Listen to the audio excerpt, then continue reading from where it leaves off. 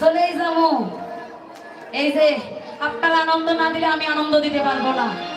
সূর্য পূজা করবে বলে